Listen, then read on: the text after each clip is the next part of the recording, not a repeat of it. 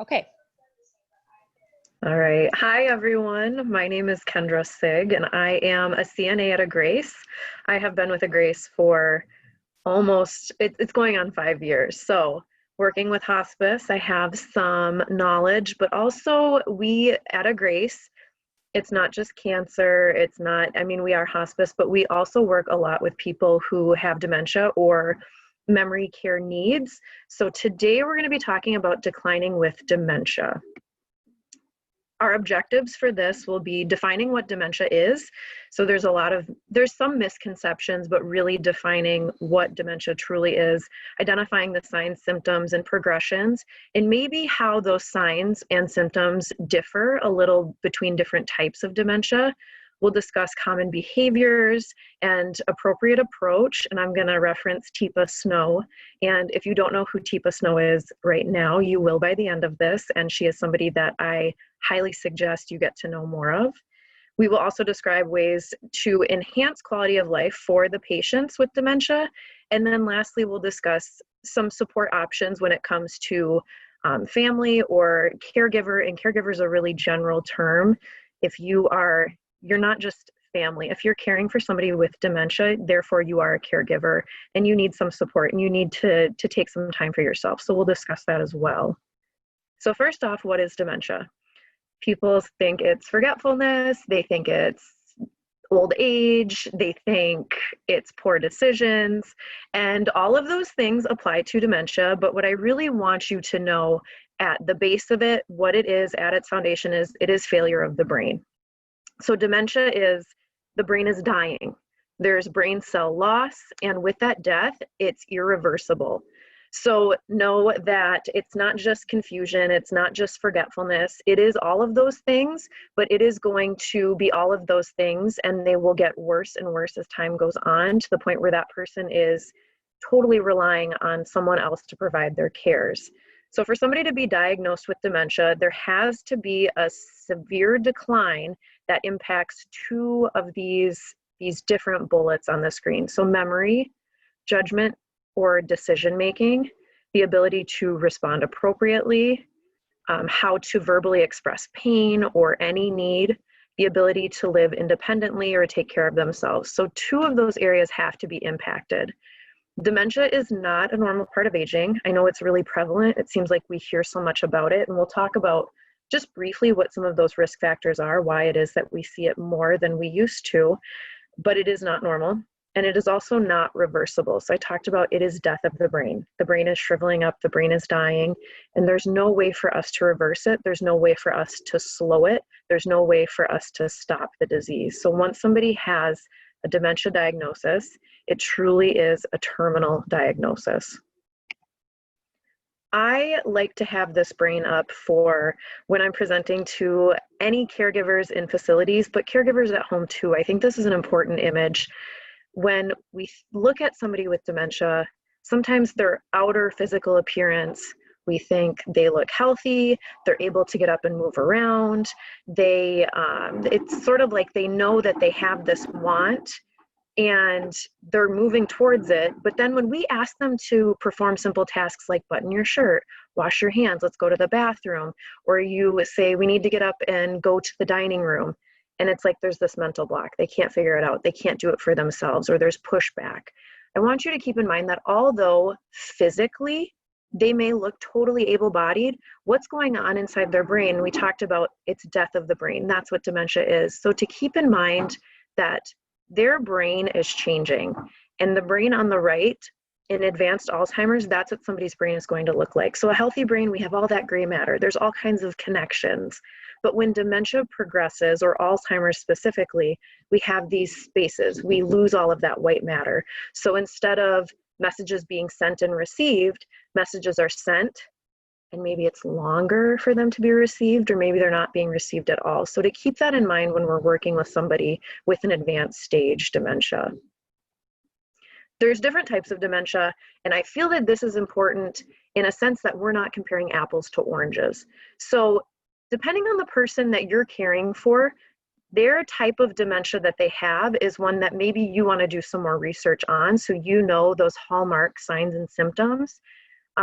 Before I dive into these individually, I want you to know that dementia is not a true diagnosis. Dementia is rather an umbrella term. So we have our umbrella, and underneath it, there's all of these other little types of dementia.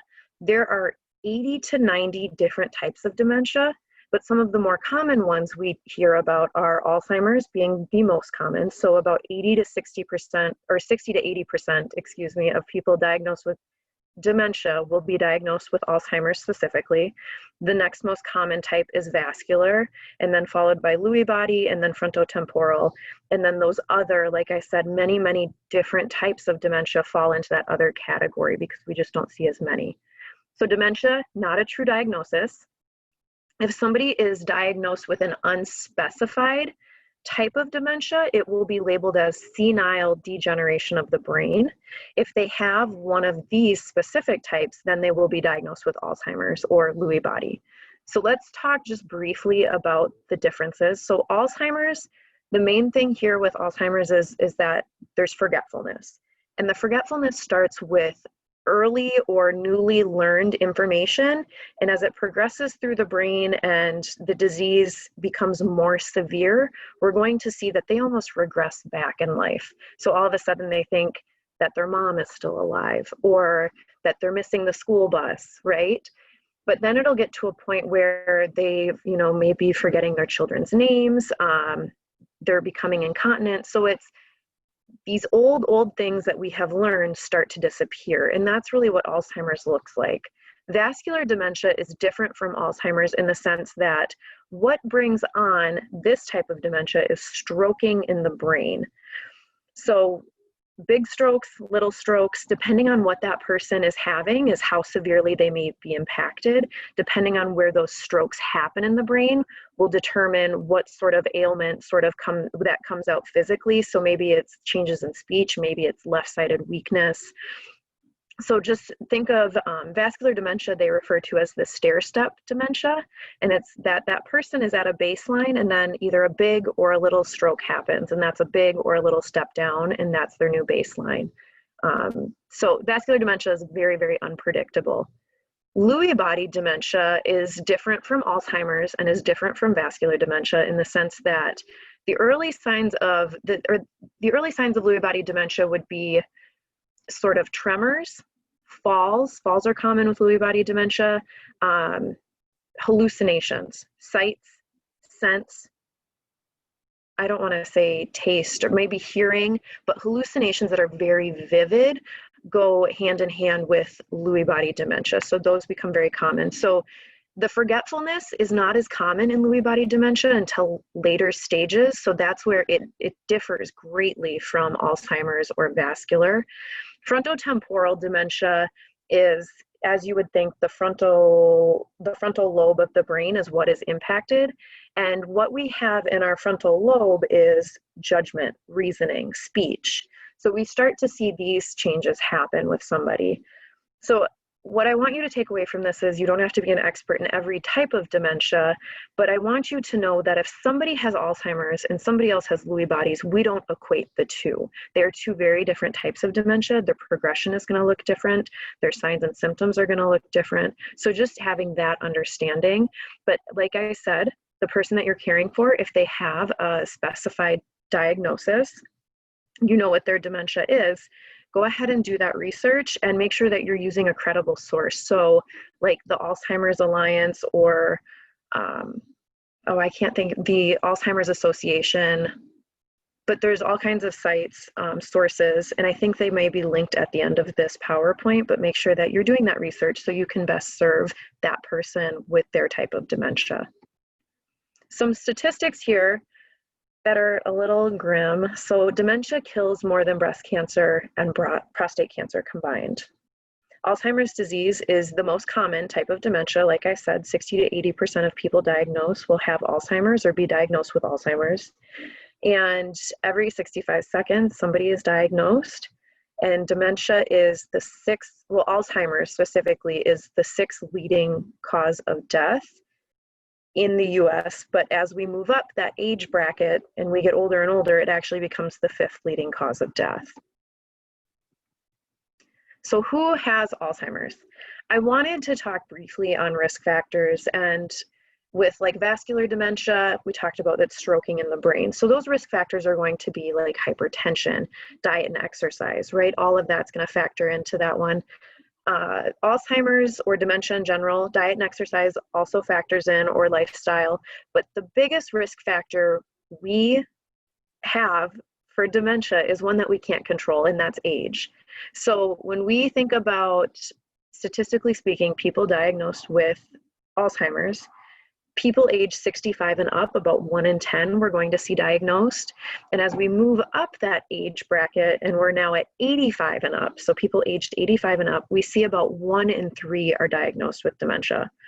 So when I talk about, is dementia a normal part of the aging process, and we say no, and you're thinking, well, why do we see it so often now? And it's because we're living longer as a race, you know, the human race. We are living into our 80s, 90s, 100s, and that's why we're seeing more and more dementia.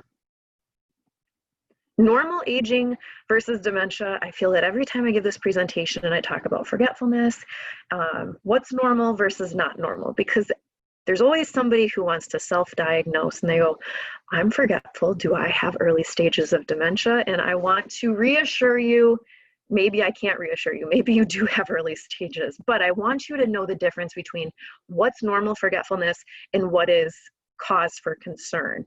So with normal aging, there's a subtle decline in speed of thinking and attention control, right? And there's some changes in memory. But I want you to think of it with normal aging. It may be, I told my daughter a story, and then I told her a second time, and she goes, Mom, you already told me this. And she goes, and you go, oh, okay, sorry, I forgot. But you don't tell her a third, fourth, fifth, or sixth time. Now, if you were telling her, you had no recollection of it, and you told her that second, that third, that fourth, that fifth time, that's when it's going to be concerning. Another one would be, I talk about Thanksgiving dinner. Okay, so Thanksgiving dinner, it's a memorable day of the year. It's a big deal. You eat a lot, you know you've eaten a lot, you lay around, and then at the end of the day you go, oh, I want leftovers, right? So it's memorable. Something that would be abnormal is you eating Thanksgiving dinner. And well, let me restart here. So what would be normal is, let's say you make your entire Thanksgiving dinner and you put one thing in the microwave to heat up for that dinner, and you totally space it. You forget about it. And that night you go to reheat some food to make dinner. You open up the microwave and you go, I forgot this in the microwave. How did I forget that? Well, you've had several other things going on. That's something that's normal. What would not be normal is if you were preparing the entire Thanksgiving meal, you went to reheat food and you open it up and you go, cream corn, what's that doing in here? You have no recollection of the fact that it was Thanksgiving. You don't remember the fact that you ate that big meal. You don't remember preparing it. That's when it's alarming, okay? Other things with dementia is if there's difficulty with navigating, there's rapid forgetfulness, there's loss of motor skills or physical instability, conflict with everyday problem solving. Those are things that are bothersome. So don't think that if you misplace your keys or your phone or you call your kids by the wrong name here and there, that's fine. Those are all normal. It's when there's no recollection of those recent events. That's when it's worrisome. With normal aging and forgetfulness, it's not reversible, but just know that it's not dementia. With dementia, it is also not reversible, and we will continue to see that progress and become more severe, like I said. Stages of dementia, we can really break it up into early, mid, and late. So in the early stages, a lot of times we don't detect people in the early stages. Yes, they're forgetful. Yes, they have problems with word finding, but they probably are also still coherent enough to cover up those mistakes. So they can say, oh yeah, I knew that, I just forgot. But now mid-stage is where we start to see things that they can't cover up as well. So they're needing a little extra help with daily activities. Maybe they're needing some cueing, or they need to be set up or reminded to perform those daily activities, such as brushing their teeth or dressing appropriately. Changes in communication and behavior. So maybe their communication isn't, I want to say, quote unquote, acceptable. So their emotions are erratic, or they're not communicating appropriately. trouble seeing and spatial awareness, this would be if there's tiled flooring where it's like checkered tile, and they think those dark checkered tiles are holes in the floor. Or they're walking down steps and they misinterpret how far that step is. Maybe it's a step down, maybe it's a step up, but they misinterpret it and there's a fall that occurs. So that may be something also, if that may indicate that somebody's a little further progressed with their dementia. Late stage dementia is going to be, now they're becoming dependent on a caregiver. So whether that's you, whether that's facility staff, but they need somebody. It's no longer just cueing, hey, you need to brush your teeth. Hey, we need to go take a shower. Hey, we need to eat dinner. Now it's, I'm going to brush your teeth or swab your mouth for you. I'm going to have to get you dressed. I'm going to be giving you a bed bath, or I'm going to be showering you, because this person just does not have the cognitive ability anymore to care for themselves. With those changes too, there may be difficulty with changing positions or just mobility in general. So they may have gone from walking to walker to wheelchair to now bedbound, right? But with that, as they lose mobility, we as the caregiver have to make up for that deficit. So now we're going to be repositioning. We need to be observing the skin for any breakdown, repositioning every 2 to 4 hours, depending on their mobility. If they have some mobility, they're able to shift around every 2 to 4 hours is fine. But with no mobility, we need to be repositioning every 2 hours to make sure that that skin stays intact and stays healthy. Also in the late stages, there's some changes with the mouth, okay? So changes with the ability to communicate and also changes with the ability to swallow. So communication, it may be word salad, it may be just be a couple of words, or they may not be able to communicate at all, but by no means does that mean we still can't talk to them. We should still be talking them through cares. We should still be talking to them as if they are a person, because they are still a person. But keeping in mind too, that ability to swallow, it's common at end stage dementia to lose the ability to swallow. So being mindful with maybe a diet goes from general to mechanical soft to pureed, and now we have thickened liquids. But there may come a point where that ability to swallow totally ceases. And at that point, we want to do things like provide oral cares, but we really do not want to push food and fluids, because if they lose the ability to swallow, they'll hold things in their mouth, they may pocket, they may try to swallow. But if they don't have that ability, the body's still going to prioritize breathing over eating. So if we have something that's halfway down and they're not able to swallow anymore and they need to take a breath, they will do it and suck it right in. And with that, we risk aspiration pneumonia. And with aspiration pneumonia, we can actually hasten death. So keep all of those things in mind in late stage dementia. Your caregiving role is going to become, it's going to become a little busier. You're going to have to provide a lot more, but understanding that in the end stages, they're still a human. We still need to treat them as such, and our cares are going to become greater. Senses that decline with dementia, as I said, with progression, there's the early, mid, late. With each early, mid, late stage change, we may see changes in that person's senses. So spatial awareness, I talked about that misinterpretation or not understanding spatial awareness, right? They're running into things. They're not seeing the stairs. So what can you do? We can provide lots of lighting for that person. We can provide proper footwear. So grippy socks. Shoes are your best option, but grippy socks are something on their feet to help, grippy socks grip to the floor, obviously, but to give them some stability in their movement. Vision changes. So as we age, our vision gets worse. It's just something that happens to everyone.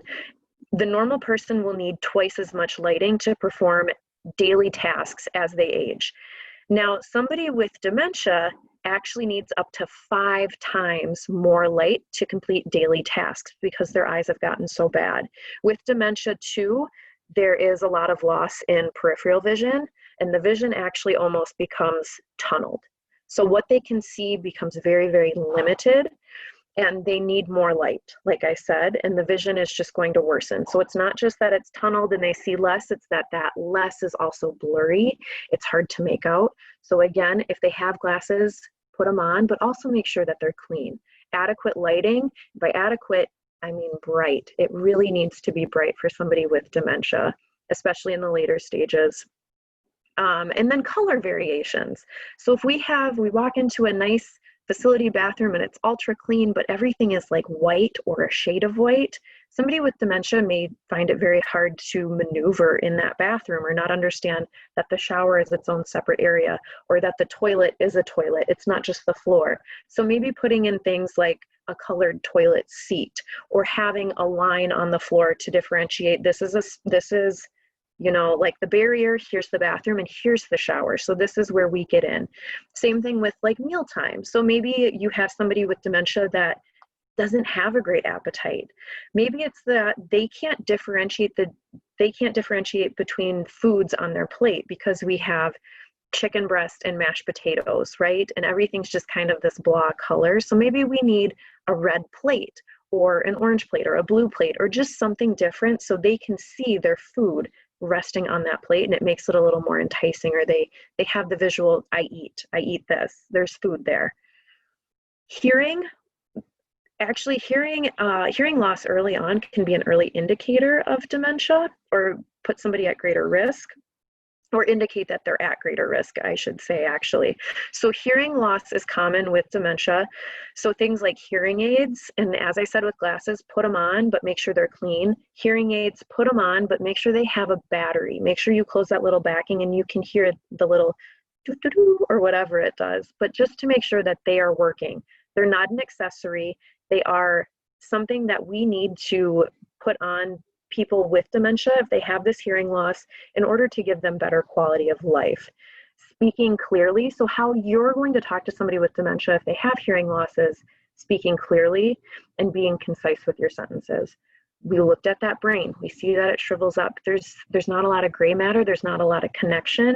So the simpler we can talk to somebody with dementia, giving them one step at a time instead of all 3 steps, is going to make it easier for them to understand. And using words that like simple language. This isn't our time to be fancy. It's just for us to be really bare bones and to have simple, concise, clear conversations with somebody. Touch. So desensitized touch. So somebody, I don't want to say that their touch is desensitized, because when I watch Teepa Snow, she talks about how the thumb, the index, and the middle finger still can feel all of the different textures. But the other fingers and overall motor skills of the hands may begin to fade. So somebody may want to be pinching and grabbing because they want that sensation of feel, but the other fingers and the hands as a whole are going to lose their ability to grab and to grasp. So we can do things like, if they want that sensation to feel different textures, there's like the little busy blankets where they have maybe like clips, or like a real soft, or like a Velcro. So there's variation in textures there, or variations in like feeling, like one is crunchy and one is really soft, right? So we can do that to help with that need to want to grab and feel. But then when we think about the overall motor skills of the hands being able to grab silverware, a toothbrush, what have you, changing that toothbrush to something that's easier to grip, or changing the silverware to have a padding so that's also easier to grip. So they don't have to squeeze as much. They're able to maneuver, they're able to grasp and hold, and hopefully with that, they're able to continue brushing their own teeth, or they're able to continue feeding themselves.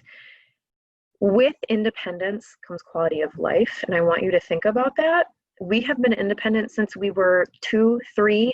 You're taking yourself to the bathroom, you learn how to dress yourself, you have an opinion on what you want to eat, what you want to watch on TV, what you want to do for an activity. And all of a sudden, people with dementia, they start to lose that independence. And with that independence may come some sadness or some grief. So to understand that all of these little things we can do, like putting on glasses, giving them hearing aids, still talking to them as if they're a person, giving them, changes in diet so they can continue to eat foods that they love, or that they continue to grasp the utensils, is going to give them quality of life. The last thing here is taste. So taste buds may change as dementia progresses. One flavor that never goes away, though, is sweet. So other things, they may need like a lot of salt on their food. They may need something where they need extra flavor in order to get that same sort of satisfaction. But with sweet is the one thing that does not go. So my advice to everyone when I give this presentation is, if you are passing meds to somebody with dementia and you're having a difficult time crushing meds and putting them in and getting them to eat them, and they're doing the sort of spitting it out, one thing you can do is mix it with something sweet. And I'm not talking applesauce, I'm not talking pudding, I'm talking something like ultra sweet. So either ice cream or a packet of jam or jelly is very helpful. That's going to really mask the taste or the bitter of the pill, and it's going to allow somebody, or it's going to help somebody take in that medication and not feel that it's as disgusting and gross. But so with taste, we may need stronger flavors. Taste buds will just dull as we get older, and we'll see changes in people's taste, but knowing that sweet flavors generally go over well with people with dementia. So behaviors, this section of the PowerPoint, we're going to focus on behaviors. I want to talk first, what is a behavior? A behavior is a form of communication. We talked about end-stage dementia. They're losing the ability to communicate, right? I can't tell you I'm in pain. I can't tell you I'm thirsty. I can't tell you I'm hungry. I can't tell you that I'm feeling sad. So therefore, I'm going to act out. I'm going to do something, right? I'm going to get up and I'm going to start digging in things to find something to eat. I am going to start fidgeting around. I'm going to scoop myself out of bed because I'm in pain and I can't tell you which way I want to lay, right? So behaviors aren't to make life difficult. Behaviors are because they just don't have that ability to talk with us anymore, to convey it in words. So now they're nonverbal, and their nonverbal cues maybe aren't something that we're used to. So now we have to be detectives. So behaviors happen because there's symptoms, unmanaged symptoms. They feel out of control. They maybe feel not understood. They maybe feel that their environment is overwhelming. So let's talk about common behaviors. There's confusion, there's sundowning, there's repetition, there's wandering, there's aggression, there's repetition, there's paranoia, there's agitation, there's repetition, right? So there's these different types of behaviors. I can't pinpoint. If I had an audience, I would ask, what common behavior do you see with your loved one? And then we'd sort of focus on that through the rest of this. But for the sake of, I'm going to choose wandering. So let's focus on wandering as a common behavior.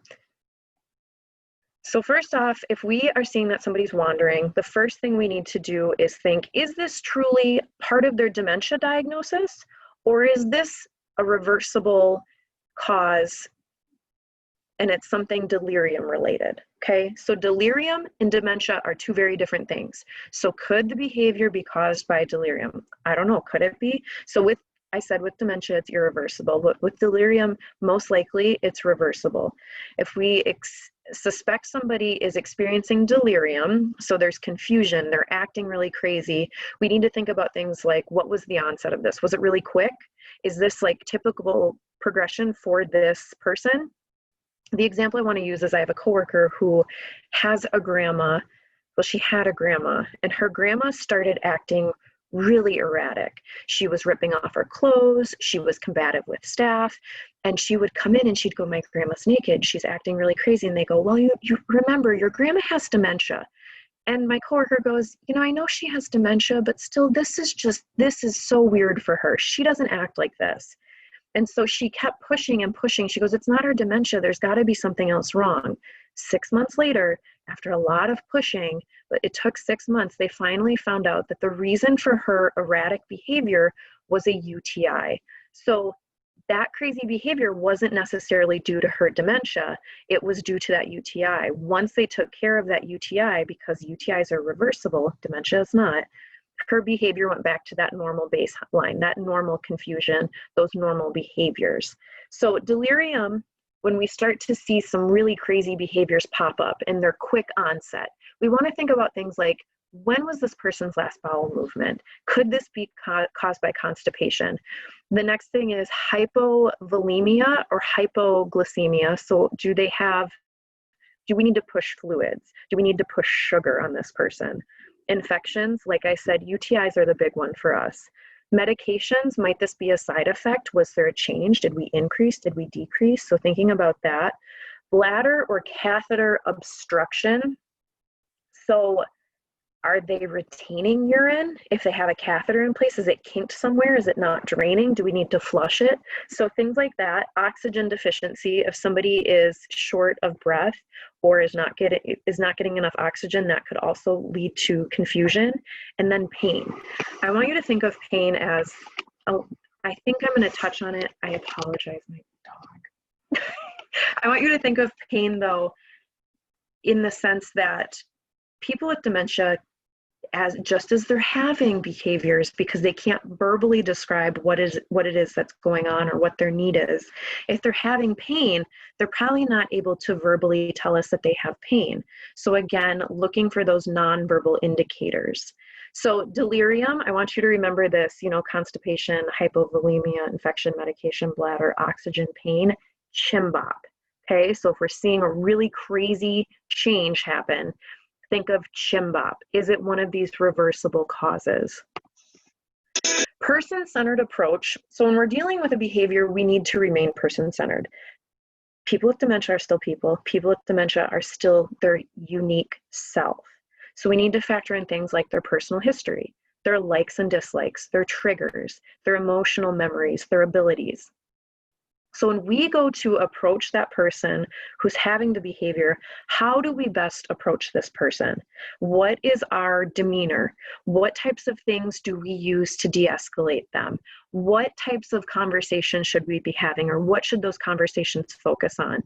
And it should focus on what they need as a person or what is specific to them. So thinking about things like, do they have children? If we talk about their children, does that help calm them down? Maybe it's prayer to help relax them. Thinking about those likes and dislikes. Is there something that there's something in this room and I go, oh yeah, she doesn't like the look of that, or snakes scare her and she thinks the cords on the floor are snakes. Right there, we just eliminate those cords and hopefully it'll eliminate that behavior. Think about triggers when it comes to PTSD. It's not always just veterans.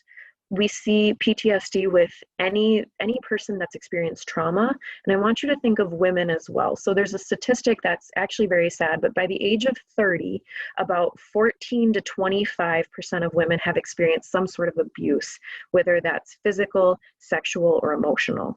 So keeping that in mind too, PTSD goes beyond those veterans. Emotional memories. Are there songs that make them really, really happy? Are there songs that bring back bad memories? Are there smells that bring back really good memories from their childhood or a different time in their life? And then keeping in mind their abilities too. So if we have somebody who is later stage dementia, to bark orders at them or to have high expectations is not realistic. So to change our approach and to change how we speak to them or how we work with them. We adapt to what their abilities are now and understanding that those abilities are going to further decline, so we're going to have to make further adaptations. This is me. I know every facility, I shouldn't say every facility, but most facilities have a book where all of the residents' information is there, and that is helpful to the staff that are working with those people because yes, I would say I have a lot of knowledge with memory care, but that doesn't mean that I know Mrs. Smith best. Just because I use the proper approach and I'm being really sweet and nice and I know her preferred name and stuff, I don't know her past history. I don't know if she has children. I don't know if she doesn't like getting up at 6 a.m.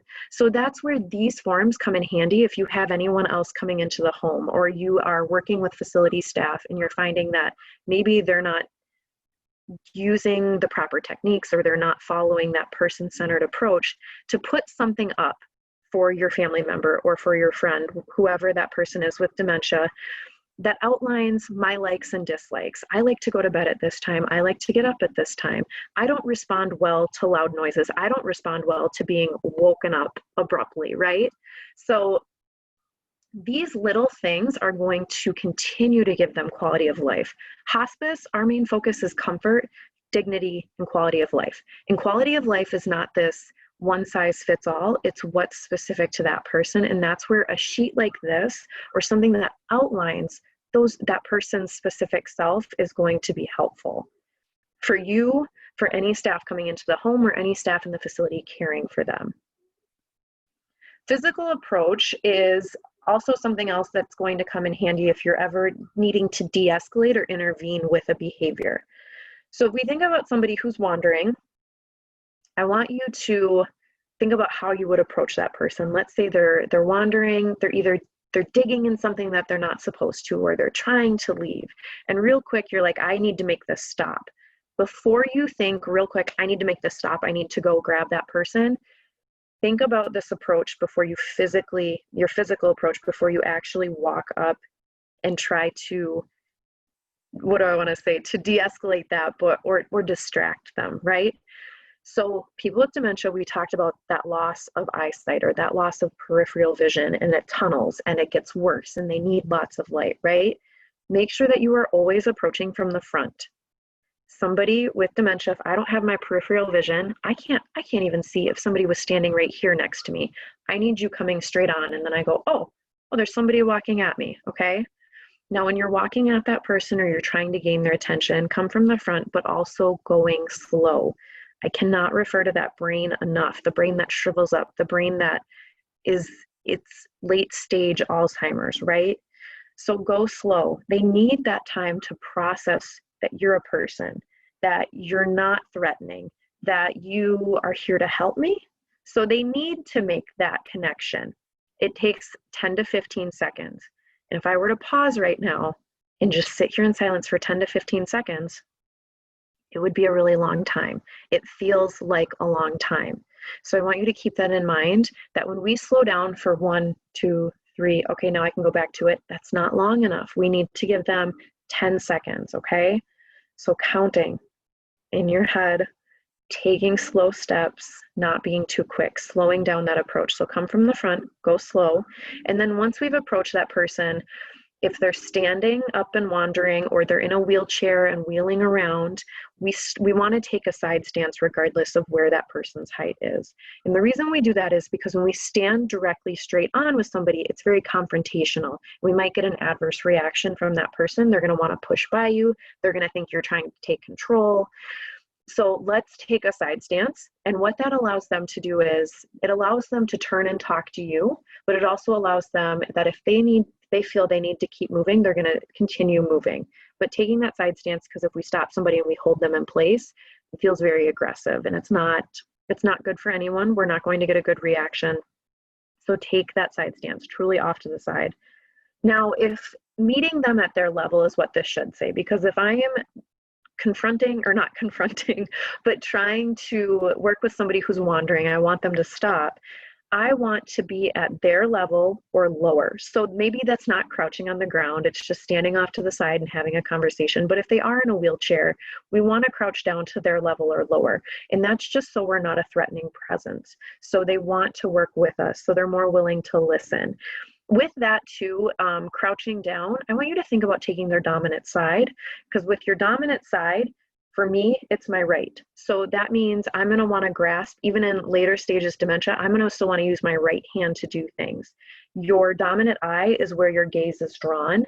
So if I'm right eye dominant, which I am, if somebody is to stand to my right, I'm more likely to turn, and it's going to feel more comfortable for me to turn to my right, and it's going to help me retain information visually, but also your hearing too. So your dominant side is probably your dominant ear as well. When you hear information in through your dominant ear, it's information that you will retain better versus, I'm not left anything. I'm not real creative. I'm very type A, right? So right-sided person, but if you were to come to my right, it's where I'm going to grasp. It's where I'm going to turn my gaze. It's where I'm going to listen and retain. So thinking about that approach, taking a side stance, but taking it to that dominant side. So we're at their level. We're going to start a conversation. Offer your hand if it feels appropriate, but make sure that we're offering, they get to take the top, because the top person is the person in charge.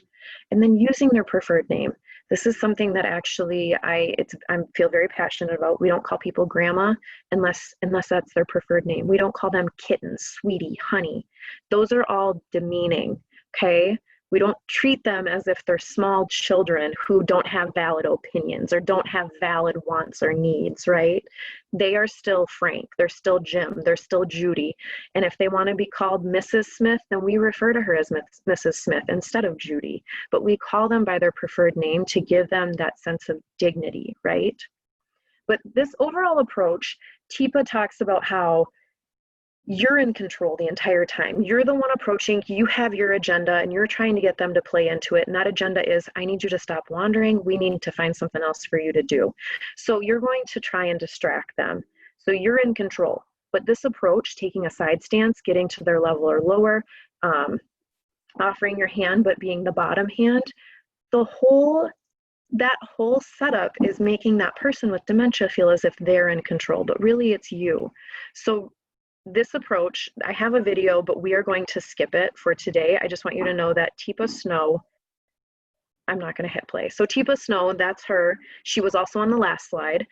This video is available on YouTube if you look up Teepa, and it's T-E-E-P-A, and then Snow, like snowflakes. If you look her up on YouTube and you look up proper approach, this video, I cannot stress enough, it's not something you're doing in your life. It's going to feel kind of weird. So practice it, physically practice it, so that becomes a more natural approach for you. Something that we focus on at Agrace is this ABC approach.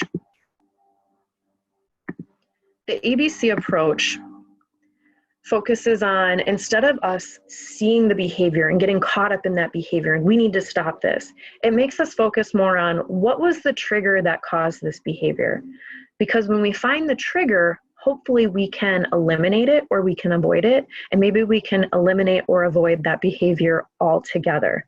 So finding the trigger, identifying the behavior, and then what is the consequence. So ABC stands for antecedent, behavior, consequence. Okay, antecedent is a fancy word for trigger. But this ABC approach, like I said, instead of being so focused on that behavior and getting worked up about it, it's, was there something in this room? Was it a sound coming from out in the hall? Is it a visual on the TV? Is it that they're bored? Is it that they are feeling, is it the time of day? Is that the trigger? So let's talk about what triggers can possibly be. So I think what comes to mind first is, like I said, there's a visual on TV, or I hear a sound out in the hall. Instantly, if I'm a war vet and somebody is hammering or drilling, maybe it takes me back to a really scary time in my life, and I'm startled, and now I'm yelling out and I'm becoming combative, right? So what can we do if that's the trigger? We can move that person. If they're doing construction in the building or there's just loud noises, maybe it's getting that person to a different level in that building, or maybe it's taking them outside to sit for a little bit, or maybe it's waiting to do, maybe we need to have that construction project. It needs to be worked into a different time of day because it's not fitting for our residents right now, right? So there's other things like they need the bathroom. Maybe that's why that person's up wandering. Maybe there's constipation. They're in pain. They can't figure out how to relieve it. They're trying to find a toilet, or maybe they're just uncomfortable, so they're up and moving and they're just walking loops, right? Pain could cause somebody to wander. But things too that may cause other types of behaviors could be like fatigue or medication changes. Triggers are not only physical, they may also be emotional.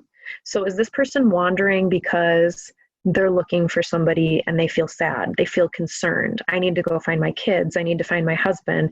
I let my dog out and I don't remember where I left her, so now I'm wandering trying to find my dog, right? Emotional triggers, things like being fearful, or they're not able to reason, or they've lost dignity.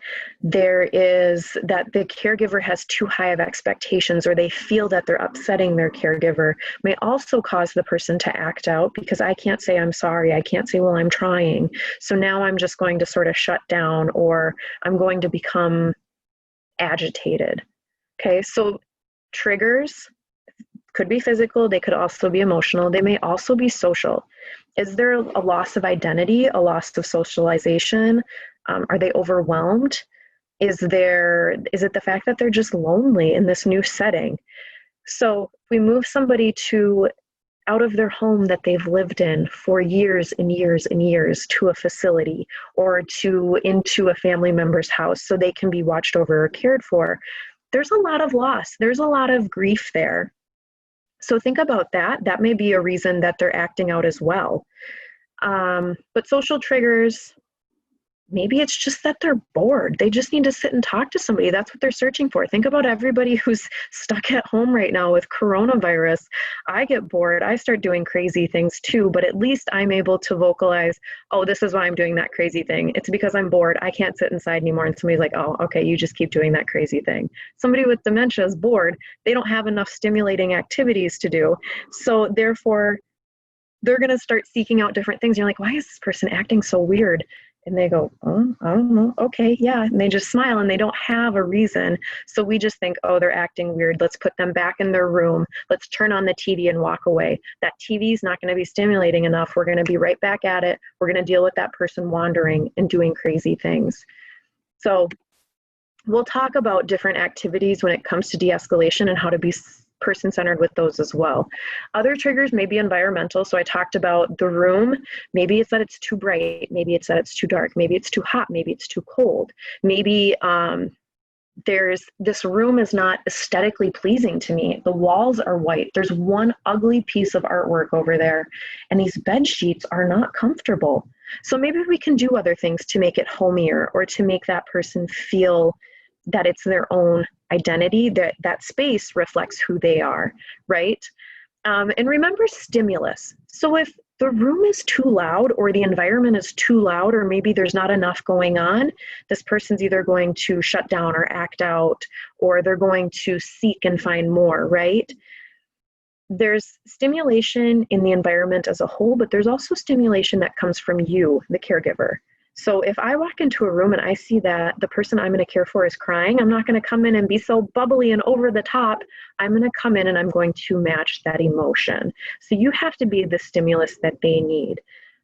That brain where it's dying and it's shriveled, they don't have the ability to be flexible with their emotions. They don't have the ability to adapt to our way of thinking or to understand why we're trying to justify why they should do something a certain way. So what we need to do is we need to be the ones who are flexible. We need to be the ones that make those adaptations to help meet where they are. So triggers, like I said, physical, social, emotional, and environmental. So when we're thinking about the behavior, could it be any of these different things? And it makes it complicated, but if we can find that trigger or hopefully begin to identify it and maybe dig deeper, we can avoid it, we can eliminate it, and hopefully then, like I said, avoid and eliminate that behavior with it. De-escalation, so we're going to talk about a couple of different ways to de-escalate. So there's validating, there's redirecting, and then there's controlling the environment. I want everybody to keep in mind that when you are de-escalating somebody who is heightened or is exhibiting a behavior, if this is somebody who has the potential to cause harm to themselves or to anyone else or you, make sure that you maintain a safe distance, or maybe you give it a little more time so there isn't an injury that occurs, but safety is your number one thing before we de-escalate. But once we know that the environment is safe, we can do things like validating. So I talked about walking in that room and somebody's crying and I'm bubbly and you don't have anything to be sad about. You live here, I take care of you, and I'm such a great CNA because I am. But you know, if they're sad, they're sad. We need to recognize that. People with dementia still have emotions, and what they feel is very real to them. If they feel sad because they miss their kids, or they feel sad because they think their child has died, or maybe they're having some sort of hallucination, we need to validate that. We can't just say, no, it didn't happen, it's fine, and move on. We need to be empathetic. We need to sort of allow them to speak about it. And with that, we can build up some rapport and then hopefully bring in that more upbeat personality, right? And change how they're feeling. Recognizing their time and place. If somebody thinks it's 1952, by golly, it is 1952 and you play into that. Don't you try and bring them back to present day. If they think that's what it is, they think that's what it is. I want you to think about, if I woke up tomorrow and I thought I was 12 years old again, And that's really what I thought. And somebody kept trying to tell me, you're not 12, you're not 12. But in your mind, you see yourself in the mirror, you're like, no, I'm 12. Where are my mom and dad? How come, where am I right now? I would wake up and I would be in a panic, but it is so real and it is so vivid to me. So understand that with the person you're caring for, their time and place is very real to them. Using reminders to help with emotions or to help with them being in a different time or place. Things like photos, objects, to kind of bring them back to reality. But or maybe it's just it's a photo of my dog, and that makes me so happy. Maybe it's not getting me out of that. I think it's 1952. Maybe it's just calming me down, and I still think it's 1952. But those, use objects in their room or objects that are familiar to them, that are personal to them, to help sort of de-escalate that or to bring them back to reality. Redirection, I am a huge fan of. I think people should redirect, but I think you should redirect in a way where it is person-centered again. So I use my dad as the example. My dad is a farmer, and if he was acting up or was wandering, and you thought, gosh, what can I do to get this guy to stop? And you gave him a basket of washcloths, and you said, here, Jay, fold these. He would go, that's woman's work. I work on the farm, because that's my dad, you know, like very traditional roles in his life.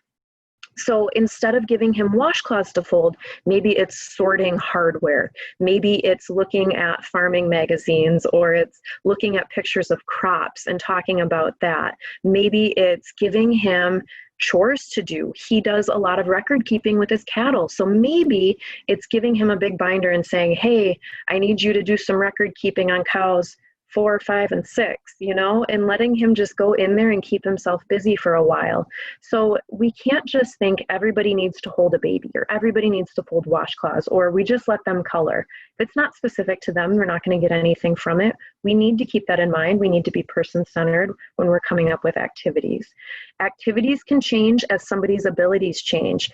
Maybe instead of baking and letting them measure and whisk, maybe it's now that they just dump and they watch you bake, and maybe it's to the point where they just sit in the kitchen while you bake because that brings them peace. But if that's something that's specific to them, we can alter that activity so they can enjoy it even in the very, very late stages. Controlling the environment, you have everything. You can do this. You can control the environment for that person to make it pleasing to them, to make it a good area to live in for them. So things like establishing a routine, waking up at the same time, going to bed at the same time, a toileting schedule can be very helpful too. If we have somebody who's wandering, maybe they need to be toileted every 2 to 3 hours. Minimizing sound, so it's not too stimulating. People with dementia, you know, I don't want to say minimize sound. Maybe somebody, if I'm an extroverted person now, most likely I'm still going to be an extroverted person, even if I have dementia. But if I'm introverted, maybe I do want to just sit in my room and I don't want to hear the loud TV, or I don't want to hear an activity going on. I just want to sit and I want it to be quiet. So you can control things like that. Variations in colors, and objects and patterns that could be misinterpreted. I want you to think about that too. I have a rug there on the screen. That, I always think of snakes. And I feel like if I was somebody with dementia, I would think everything is snakes. I don't hate them, but I also don't want them where I live. So like cords on the floor, like I said, or maybe that pattern, I think it's just a bunch of stuff moving. I can't put my feet down. I can't get up off this couch. Maybe it's a pattern or a photo on the wall, and I think, oh my gosh, it's on fire. And it's not on fire. It's just an abstract painting. But if it's bothersome to that person, then let's remove it. Let's cover it up. Dementia at end of life, let's talk about what to expect. So at end of life, people with dementia feel pain. People with dementia are often not treated for pain as often as they should be. They found that what is the statistic here? Oh, it was something crazy, like less than half of the people who with dementia who are experiencing pain are on a daily regimen of Tylenol or some sort of just over-the-counter pain relief. So why is it that people with dementia are not being treated for pain? Well, they're not able to verbally express, hey, I'm in pain, I need something. So when we ask, are you in pain? And the person goes, okay, And you go, no, are you in pain? And they go, yeah, okay. And you're like, well, this isn't a good assessment. I can't give them anything. Okay, let's use other indicators when we are providing cares. Are they grimacing? Are they rigid? Do they tense up? Do they sweat? Do they moan out? So things like furrowed brow, gritting their teeth, those could all be nonverbal indicators that somebody is experiencing pain. If you are seeing that while you're providing cares, if you're seeing it while staff in a facility are providing cares, I want you to speak up and really advocate and point that out to staff and say, I think they're in pain. That's not a normal baseline for them. Okay. So pain can be expected. I don't want you to think somebody with dementia, people with dementia automatically have pain. It's just people with dementia, typically we tend to see it in older populations. And as we age, we just get our creaks and our squeaks, and maybe there's some arthritis. So general pain that sets in, but as we lose mobility, we're going to see that pain maybe get worse as those joints don't have quite as much flexibility or quite as much range of motion. So looking for those non-verbal indicators, but also observing for like reddened areas, looking in the mouth if they have dentures, that they're proper fitting. Think about the pressure points when they're in bed. So any bony prominent area where it's just bone on skin, we have to watch for all of those things. But pain, it's not just something that comes with dementia, but we most often, more than not, can just expect that somebody with dementia probably is experiencing some level of pain. So having that Tylenol, that daily prescribed, or not, well, maybe it's prescribed, but just that daily Tylenol regimen in place can be very helpful and can maybe eliminate behaviors that we might be seeing. Eating and drinking, so we talked about that ability to swallow. I'm not going to spend too much time on this, but understanding that food is a comfort thing. We're in the Midwest. We like casseroles and we like cheese, right? And when somebody's sick, we make them something. We take something to them because we want them to get better. We want them to feel better. It's a comfort thing. With dementia at end of life, sometimes we have to find other ways to provide that comfort, and that may be listening to music together. That may be holding hands. That may be reading to them. That may be just sitting and being present with them. So there's different ways we can offer comfort. One thing we can do to offer comfort is to provide oral cares as somebody becomes very end-stage dementia or very end-stage memory, I guess Alzheimer's. I don't want to just say dementia, but their end stage of their diagnosis is what I'm trying to get at. So if they were experiencing jaw drop and maybe they're not taking in the fluids, there's a good chance that their mouth is getting dry. So we can do things like swabbing, putting on some lip moisturizer, because that's going to still give them comfort. We may see that they bite down on the swab. That doesn't necessarily mean that they want to drink or that they want to eat. That's just a natural reflex that people have. If you are swabbing and somebody does bite down, I don't want your reaction to be, I need to yank this out. If you yank it out, you'll probably lose the tip of that sponge if we're using like the toothette swabs. And with that, then we risk them choking on that. We also don't want to put our fingers in and have to swipe something out, because if they're biting down on the swab, they'll probably bite down on your finger. So if we're swabbing, just to give them some of that moisture back and they bite down, just wait and they will relax at some point, and then you can pull it out at that point. But comfort is no longer going to be that we're going to give them food and fluids, because that's how we provide comfort. It's going to be some of those other things like hand massage, singing, music, prayer, or just being present. Cognitive function, I talked about this too. At end of life, the ability to communicate is going to really, really shrink, or may become a total inability to communicate. So I want you to not be too distraught if they're not able to offer responses, but know that we can still talk to them. They are still a person. So we can have those conversations. We can reminisce. Even if you're the one doing all the talking, it's still helpful to that person. And I know at end of life, hearing is the last sense to go. So having those conversations are still, just know that they're still in there and they can still hear you, whether or not they're making sense of it, but your voice may still be familiar, and that could be very calming to that person. I want you to think about valleys or causes of death. So these are a few things that if we see these happening, it can be an indicator that that person is nearing end of life. So acute infections, swallowing difficulties, injuries, traumas, falls specifically, or vascular disease, so like heart attacks or stroke when we think about the vascular dementia. So if we're seeing these, it may be an indicator that that person is becoming end of life. If you suspect that the person may be coming end of life, reach out to Agrace. If we're already somebody that's working with that person, we can help you out through that period, but just know that it's not totally uncommon. We see people who fall, they fracture a hip, and within 3 or 4 days, they pass at the hospital. So it's not terribly uncommon. Just know that these can be expected, so to be monitoring closely if swallowing changes or we suspect an infection is running rampant. So caregiver burnout, why do people burn out? Well, if you're in a facility and if you're in home, if you're not getting the proper time to have downtime, it's like you never get a break. High staff to patient ratio in long-term care settings, increase in resident or patient activity. So they're up and moving and we have too many people to take care of. And now I have to tend to this person while I still have these 8 other people. It gets to be really stressful. Complex family relationships and issues, lack of training or resources, stress in the caregiver's personal life, okay? So caregiver burnout can happen for many different reasons. Just know that there's support out there. There's little things that you can do for yourself.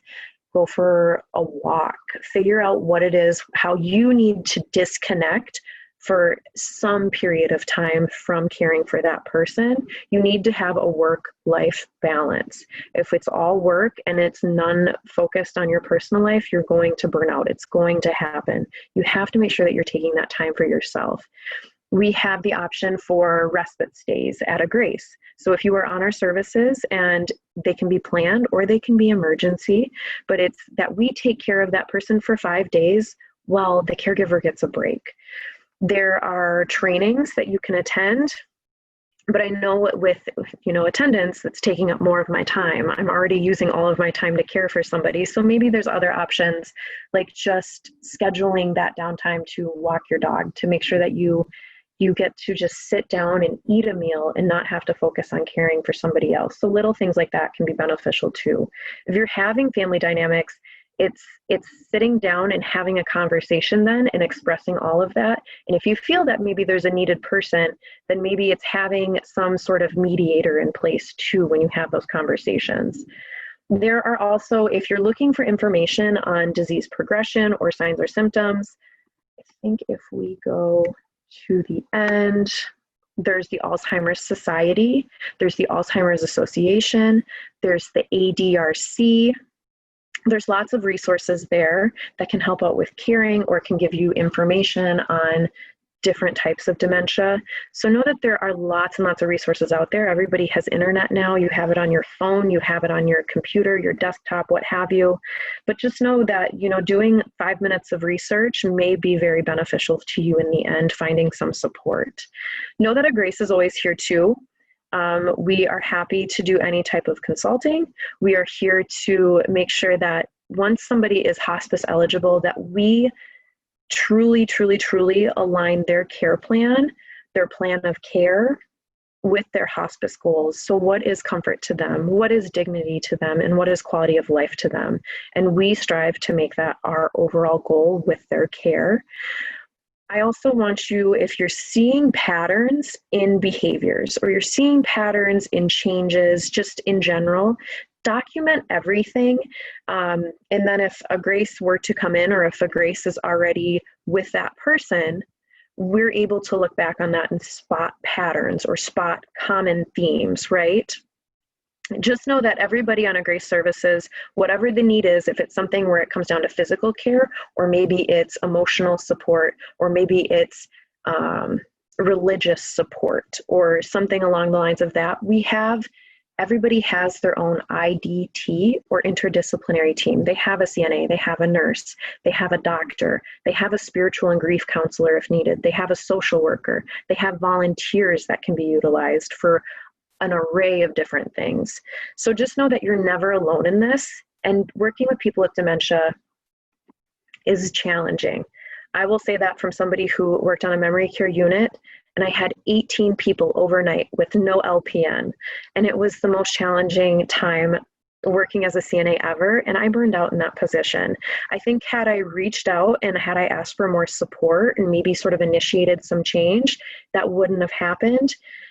But I just want you to understand that it's not easy. It's not easy even for us as, you know, the quote unquote experts. And I don't even know that I would consider myself an expert, but it's challenging. It's detective work. You think you find a solution within a couple of weeks, things change.